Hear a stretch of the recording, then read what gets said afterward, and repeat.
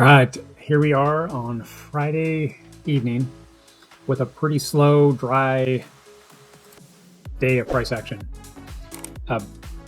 Didn't really do a whole lot. I had expected it to go ahead and break down, back test and break down just based on losing the low from Thursday back here, and which was the same area as the evening trading.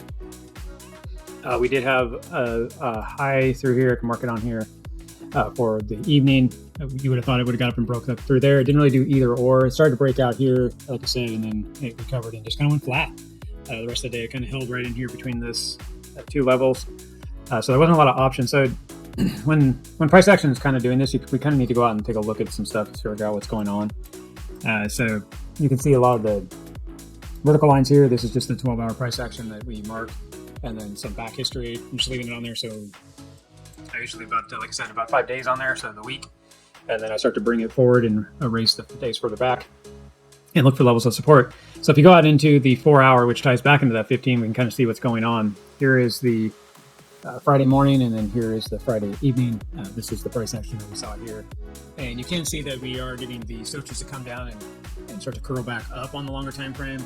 We're still bearish on the RSI, and same with the MACD. Now we do see the histogram here starting to curl and put buy pressure into this. And we do see this coming up and creating that bull flag in here. And just like I've showed you guys in the past, this is what we'll be looking for. And there's your bull flag. So I would expect this to go ahead and break out of here and go up. This is the 12-hour day here, so those three candles. I would see this to break out if we're going to get a continuation and start pushing here. So it hasn't confirmed anything yet, so we really can't get too excited about taking a trade. If you use the color changer indicator, we did get the cross back here when it was all the way up, which is a pullback and a good sign that we're just getting some tight moving averages and we could see some expansion. The 21 is also showing continuation of that strength of the move. So again, just to see if this would continue up, we need to get above this and help push price action up. We could go out into our weekly. The weekly's stoches are starting to curl here. Now the weekly, we could play out a couple of weeks before you see a lot of movement in the weekly.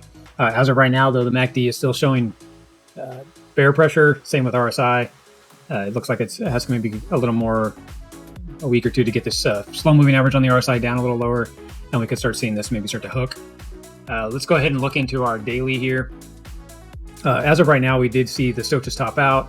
We are currently bullish on the moving averages on the MACD, but we are still in bear territory. We did create some support and resistance. On the daily, we do have some strong lower highs. We do have a left shoulder here, possibly in the head. We do need to get up and break the price action on the left shoulder, which would be right in this area here. So if this was giving us the bullish divergence, which is right here on the daily, we do have bullish divergence, but we do need to get price action to break out here and at least take out this area, and then it could pull on back and build that right shoulder typically. Just typical right head and shoulder patterns. I know some people would probably say if it just starts to turn here and creates a pattern down here, it's still higher low than this one, and that could be considered a head and shoulders pattern there. For me, I do like to see a break the pullback that it did after it made the left shoulder, which is right here. So I would like to see at least get back up in this area before we see that pullback, so I can confirm my right shoulder is what I'd be looking for. So this could actually just stay up here and push price action. We'll have to watch. The 1 hour, which ties back into that daily right now, it is showing RSIs could go roll over it and then roll back up double top here.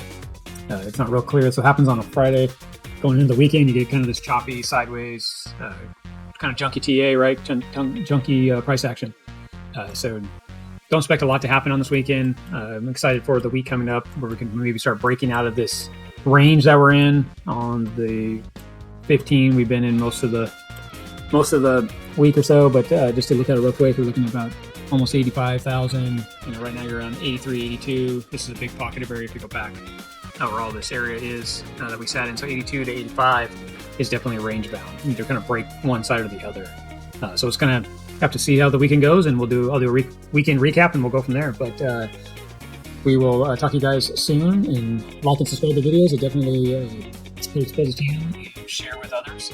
And that is our biggest goal, is to provide great TA to everybody that wants to grow their knowledge in trading. So we'll be seeing you soon. Have a great weekend. Thanks, guys.